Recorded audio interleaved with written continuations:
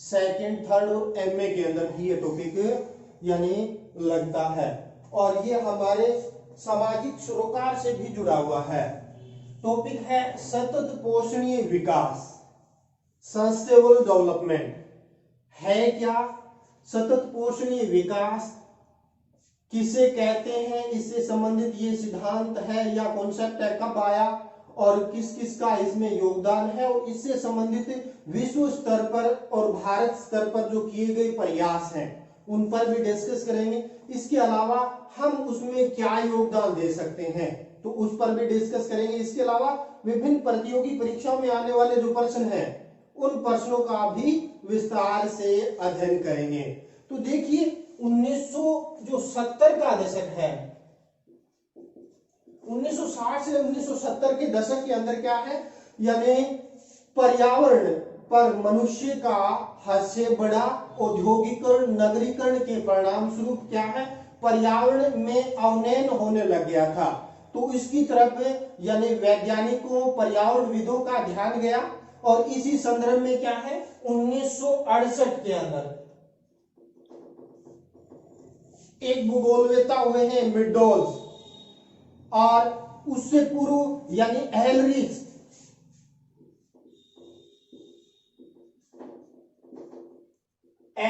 नामक पर्यावरणविद ने the population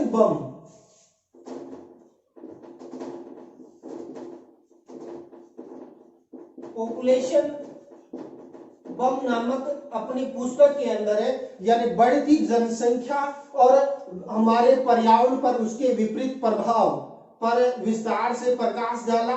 और इसी संदर्भ में 1972 के अंदर क्या है, ए लिमिट टू ग्रोथ नामक पुस्तक मेडोज व उनके अन्य साथियों के द्वारा यह पुस्तक लिखी गई, जिसमें यानी विकास का स्तर क्या रखा जाए, जिसमें हमारा जो पर्यावरण है, हमारा जो पारिस्थितिकी तंत्र है वो भी विकृत न हो, और इसके अलावा हमारे पर्यावरण के अंदर विभिन्न प्रकार के घटक हैं उनकी तरफ इन दोनों पुस्तकों ने ध्यान दिया। तो ये कंपटीशन में पुस्तक पूछा जाता है कि द पॉपुलेशन बम किसकी पुस्तक है, यह है एहलरीच की पुस्तक है जो उन्होंने 1968 में लिखी। इसके अलावा यानी द लिमिट टू ग्रोथ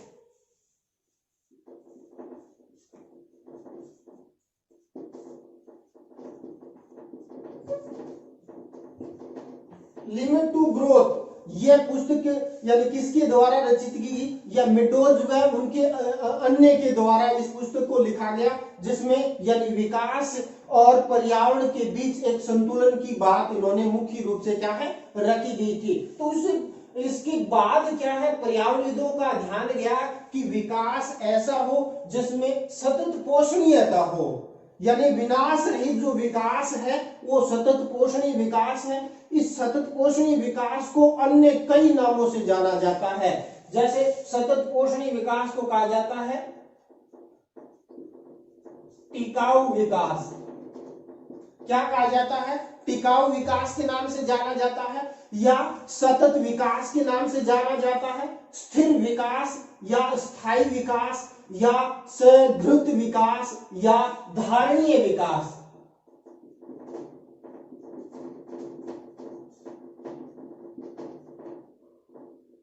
तो टिकाऊ विकास, धारणीय विकास, सतत विकास, स्थिर विकास और स्थायी विकास, धारणीय विकास, या इसको सपोषणीय विकास के नाम से भी क्या है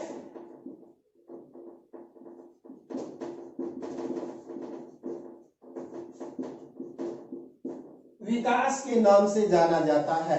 तो ये जो सतत पोषणीय विकास है इसका जो कॉन्सेप्ट दिया सर्वप्रथम यानी 1987 के अंदर यानी ब्रेटलैंड रिपोर्ट आई थी यूएनओ की, और उसमें मुख्य रूप से क्या पर्यावरण विकास और पर विश्व आयोग ने यह ब्रेटलैंड रिपोर्ट यानी 1987 के अंदर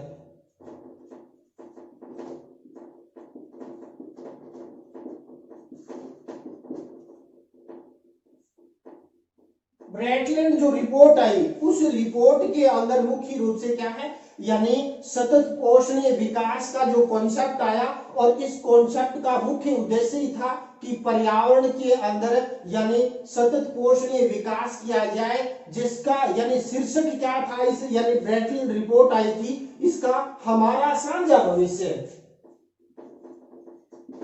हमारा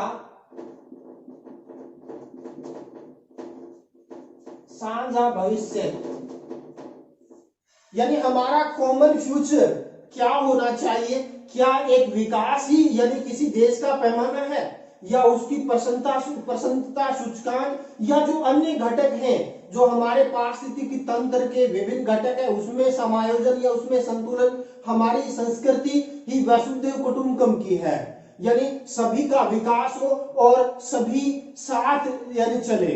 तो वसुधैव कुटुंबकम की जो भावना है को जागृत करने वाला यानी ये कॉन्सेप्ट है सतत पोषणीय विकास। और इसके अंदर यानी इसके अंदर जो ब्रैटलिन रिपोर्ट थी, जिसमें यानी एक शीर्षक रखा गया हमारा साझा भविष्य, उसके अंदर यानी सतत पोषणीय विकास को विस्तार से परिभाषित किया गया कि इसका मुख्य उद्देश्य क्या है कि भावी पीढ़ी के हितों को क्या बिना नुकसान पहुंचाए वर्तमान समाज की आवश्यकताओं की पूर्ति करना ही सतत टिकाऊ विकास है। और इस विकास के अंदर क्या है, यानी साधन संपन्न लोगों की तुलना में साधनहीन जो लोग हैं, या तथा वर्तमान पीढ़ी में अधिक भावी पीढ़ी को अधिक महत्व इसके अंदर दिया गया था। तो इसलिए यानी इसके अंदर यानी संसाधनों का महत्वता चयनात्मक उपयोग करते हुए भावी पीढ़ी के लिए संसाधनों का यानी बचाए रखना और उसका यानी विकास का ऐसा यानी मार्ग है जिसके अंदर हमें चयनात्मक वस्तुओं का उपयोग करते हुए जो नवीकरणीय संसाधन है उसका अधिकतम उपयोग करें, उनको नए संसाधनों का सर्जन करें, जो समाप्य श्रेणी के संसाधन है उसका महत्वता और चयनात्मकता से उपयोग करते हुए भावी पीढ़ी के लिए उन संसाधनों को यानी सुरक्षित रखना ही मुख्य रूप से क्या है, टिकाऊ विकास है। तो ये टिकाऊ विकास का जो कॉन्सेप्ट है ये कब आया, ब्रैटलिन रिपोर्ट जो 1987 के अंदर आई, और इसके अंदर यानी शीर्षक क्या था कि हमारा साझा भविष्य, हमारा कॉमन फ्यूचर। और ये जो रिपोर्ट है पर्यावरण विकास पर विश्व जो आयोग है उसने यह रिपोर्ट है वो मुख्य रूप से क्या है प्रस्तुत की, और इसी रिपोर्ट के आधार पर धीरे धीरे ये कॉन्सेप्ट आया। और इसी संदर्भ में महात्मा गांधी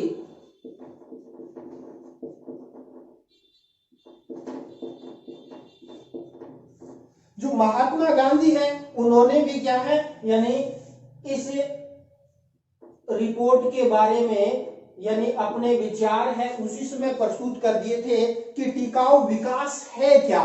तो गांधी जी का कथन यानी गांधी जी के अनुसार यदि हम देखना चाहें तो असली सभ्यता अपने कर्तव्यों का पालन करना और नैतिक सम्मित आचरण करना है। उसका दृष्टिकोण था कि लालच और जुनून पर क्या होना चाहिए, एक अंकुश होना चाहिए, और टिकाऊ विकास का केंद्र बिंदु होना चाहिए समाज की मौलिक जरूरतों को पूरा करना होना चाहिए। तो इस अर्थ में यानी उसकी जो यानी गांधी जी ने अपने जो हिंद स्वराज्य में टिकाऊ विकास की धारणा को यानी सतत रूप से क्या है आगे बढ़ाया। तो यानी गांधी जी ने यानी मुख्य रूप से टिकाऊ विकास के बारे में क्या कहा कि यानी असली सभ्यता अपने कर्तव्यों का पालन करना है और नैतिक सम्मित आचरण करना है। उनका दृष्टिकोण था कि लालन और जुनून पर अंकुश लगना चाहिए। टिकाऊ विकास का केंद्र बिंदु है समाज की मौलिक जरूरतों को पूरा करना, तथा इस अर्थ में उनकी पुस्तक यानी उसका पुस्तक हिंदू स्वराज्य में टिकाऊ विकास की धारणा को यानी उन्होंने इसमें अपना घोषणा पत्र भी दिया। उन्होंने कहा कि मनुष्य के लिए यानी प्रकृति ने सब कुछ दिया है, लेकिन उसके अतिदोहन यदि करेगा तो उसका नकारात्मक इफेक्ट देखने को मिलेगा। और वर्तमान में जो अनेक यानी संक्रामक रोग फैल रहे हैं जैसे कोरोना में कहीं न कहीं मनुष्य की जो उपभोक्तावादी संस्कृति है ये वो मुख्य रूप से यहाँ निकल के आ रही है। तो हमें सम्मिलित रूप से उपयोग करना होगा। और इसके संदर्भ में कई मुख्य रूप से सम्मेलन भी हुए, कई विश्व स्तर पर कई प्रयास हुए, उन प्रयासों पर भी डिस्कस करेंगे।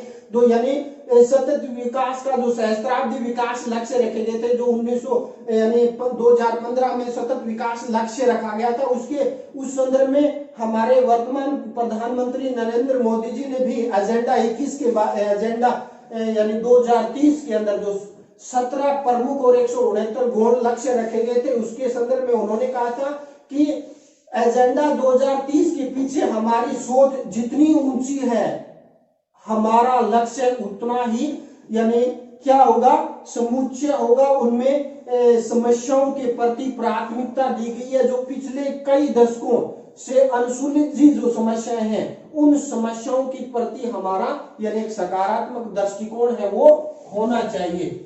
तो इस प्रकार सतत पोषणीय विकास यानी टिकाऊ विकास है, जिसमें क्या होता है कि संसाधनों का चयनात्मक प्रयोग किया जाता है, भावी पीढ़ी के हितों को बिना नुकसान पहुंचाए वर्तमान समाज की आवश्यकताओं की पूर्ति करना ही सतत टिकाऊ विकास कहलाता है। और टिकाऊ विकास में संसाधन को मुख्य रूप से न केवल संपन्न लोगों की तुलना में जो साधनहीन लोग हैं या जो वर्तमान पीढ़ी में अधिक से अधिक भावी पीढ़ी वो अधिक महत्व देता है। सतत पोषणीय विकास जो पाश्चात्य संस्कृति है, जिसमें उपभोक्तावादी संस्कृति है, वो इस पोषणीय विकास को ठुकराघात करती है, और वर्तमान पूंजीवादी अर्थव्यवस्था है वो कहीं न कहीं इस सतत पोषणीय विकास में एक अवरोधक का कार्य करती है।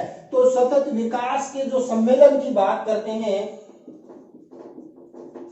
सतत विकास सम्मेलन या जो कार्यक्रम हुए, इस संदर्भ में से पूर्व हम थोड़ा सा इसके बारे में डिस्कस कर लेते हैं कि सतत विकास यानी जो ये कॉन्सेप्ट आया, इस कॉन्सेप्ट के अंदर यानी ये विकास की संकल्पना का मुख्य उद्देश्य क्या है, यानी सतत पोषणीय विकास की जो संकल्पना है, सतत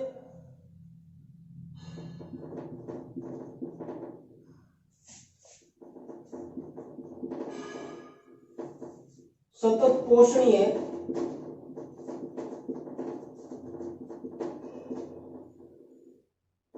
का संकल्प या कॉन्सेप्ट की हम थोड़ा सा बात करते हैं। विकास का संकल्पना है क्या,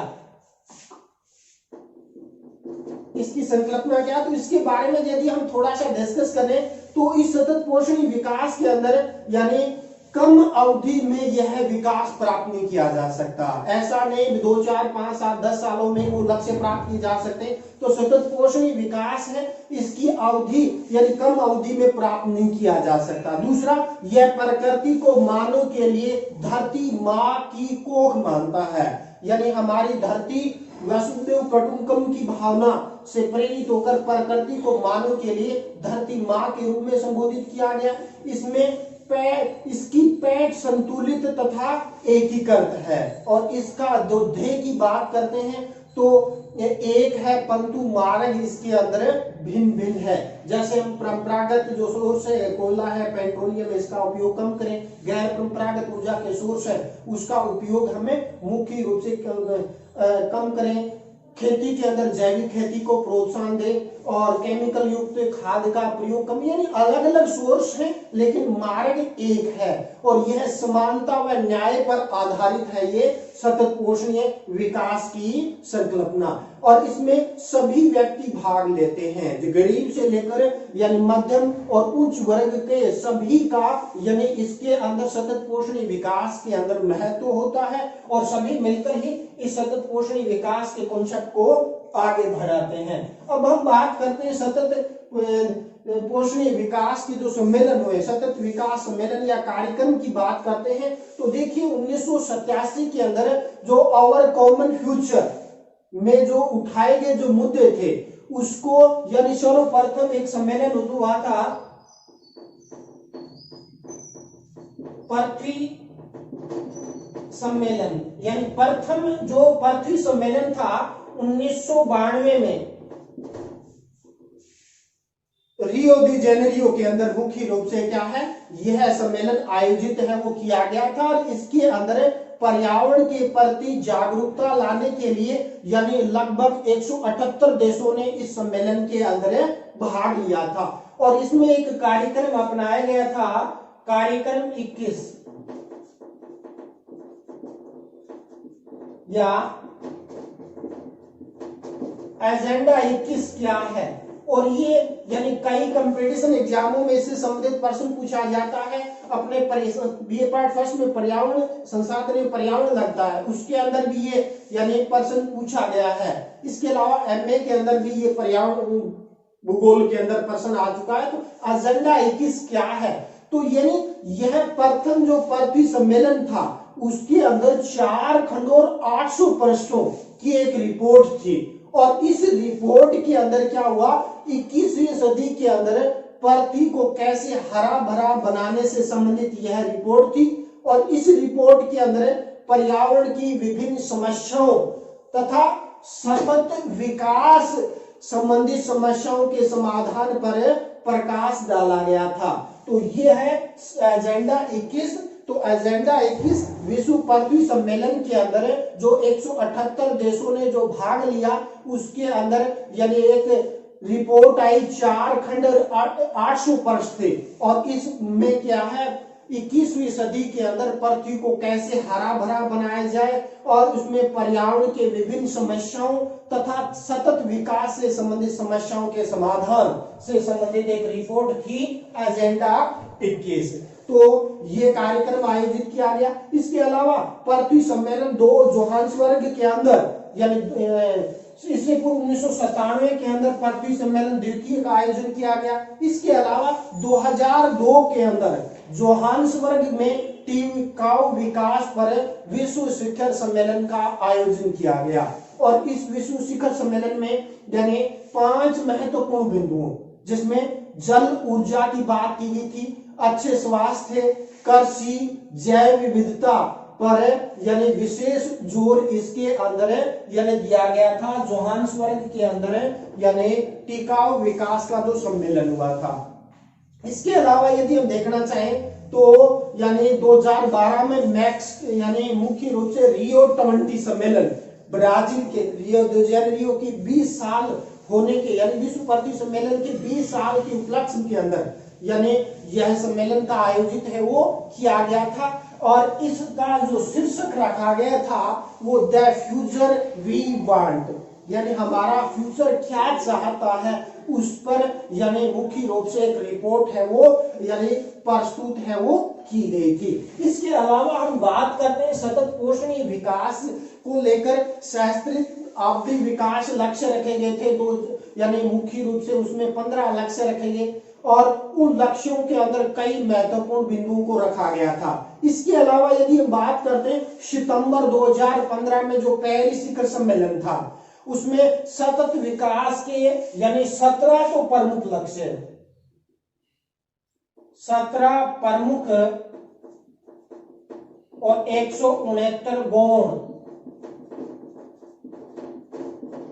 लक्ष्य 2015 से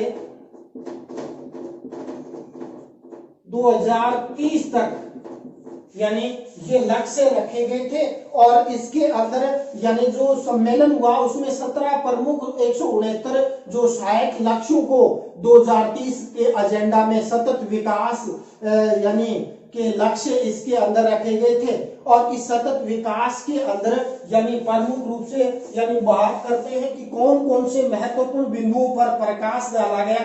तो इसके अंदर प्रमुख रूप से यानी रखा गया था कि विश्व के अंदर यानी गरीबी को शून्य करना, यानी गरीबी जिसे यूएनओ बताया $1.25 यानी प्रति व्यक्ति यदि कम कमाता है तो वो गरीबी यानी चरम गरीबी की सीमा है, तो उसको यानी प्राप्त करना। इसके अलावा यानी खाद्यान्न सुरक्षा, भूखमरी, कुपोषणता के पर भी विकास डाला गया। इसके अलावा यानी जो टिकाऊ कृषि है यानी कृषि के अंदर पेस्टिसाइडों के डालने के कारण यानी कृषि अनुर्वरक, बंजर, ऊसर या अनुत्पादक हो रही है, तो उसको टिकाऊ कृषि किस प्रकार किया जाए, उसके लिए क्या क्या कार्य योजनाएं अपनाई जाए, उसको भी इसके अंदर लक्ष्य के अंदर रखा गया। इसके अलावा उत्तम स्वास्थ्य एवं खुशहाली भी सतत विकास है, यानी विकास लक्ष्य जो 2030 तक प्राप्त करने, उसके अंदर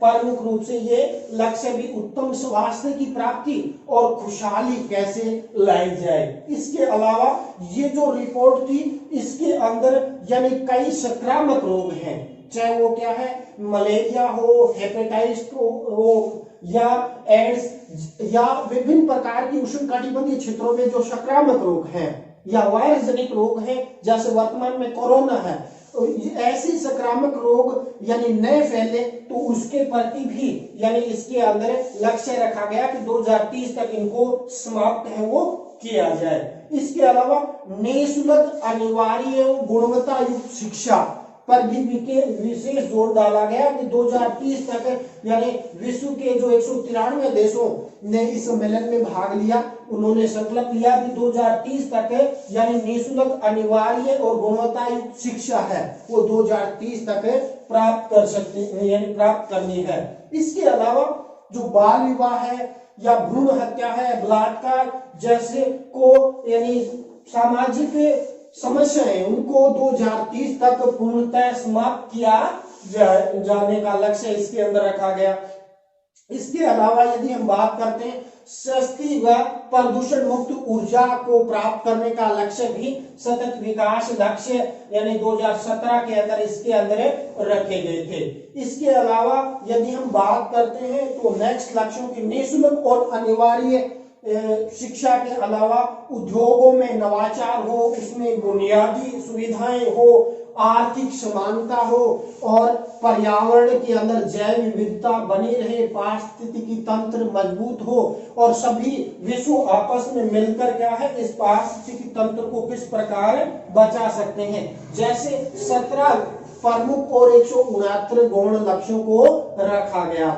इस सतत पोषणीय विकास में हम अपने स्तर पर क्या योगदान दे सकते हैं, जैसे इसी साल फर्स्ट ईयर के अंदर यानी मुख्य रूप से एक नए सब्जेक्ट के तौर पर जो विषय लागू किया गया है उसके अंदर भी यही है कि हमारे समाज के अंदर यानी जो विकृतियां आ रही है, पर्यावरण में जो विकृतियां आ रही है, उस विकृतियों को यानी हम किस प्रकार यानी दूर कर सकते हैं। तो आनंदम जो सब्जेक्ट जोड़ा गया है वो कहीं न कहीं इस सतत पोषणीय यानी जो संकल्पना है जिसमें समाज के अंदर जो विकृतियां आ रही है और जो वर्तमान में जो टेक्नोलॉजी आ रही है, साइबर अपराध बढ़ रहे हैं, तो उसमें कहीं न कहीं यानी ये सतत पोषणीय विकास का कॉन्सेप्ट है वो जुड़ा हुआ है। आत्मनिर्भरता कैसे लाई जाए और यानी बहुत सी कार्य योजनाएं इसके अंदर आती है। तो इस प्रकार सतत पोषणीय विकास या टिकाऊ विकास या स्थिर विकास, स्थायी विकास, धारणीय विकास, सर्वपोषणीय विकास का जो संकल्पना है उसमें भावी पीढ़ी है उसके हितों को बिना नुकसान पहुंचाए वर्तमान समाज की आवश्यकताओं की पूर्ति इसके अंदर टिकाऊ विकास के अंदर आती है। और इसमें यानी इस टिकाऊ विकास के अंदर साधन संपन्न लोगों की तुलना में साधनहीन लोगों या वर्तमान पीढ़ी से अधिक भावी पीढ़ी को अधिक महत्व इसके अंदर प्रमुख रूप से दिया गया है। तो जो गांधी जी ने जो हिंद स्वराज्य में टिकाऊ विकास की जो घोषणा पत्र दिया था, तो उसमें उन्होंने कहा भी था कि जो असली सभ्यता अपने कर्तव्यों का पालन करना है, अपना नैतिक सम्मित आचरण तथा इनका जो दृष्टिकोण था लालच और जुनून पर अंकुश होना चाहिए। टिकाऊ विकास का केंद्र बिंदु समाज की मौलिक जरूरतों को पूरा करना होना चाहिए। तो इस प्रकार यानी ये कॉन्सेप्ट आ जाता है सतत पोषणीय विकास। तो इसी के साथ आज का टॉपिक अपने यहीं समाप्त करते हैं। जय हिंद, जय भारत।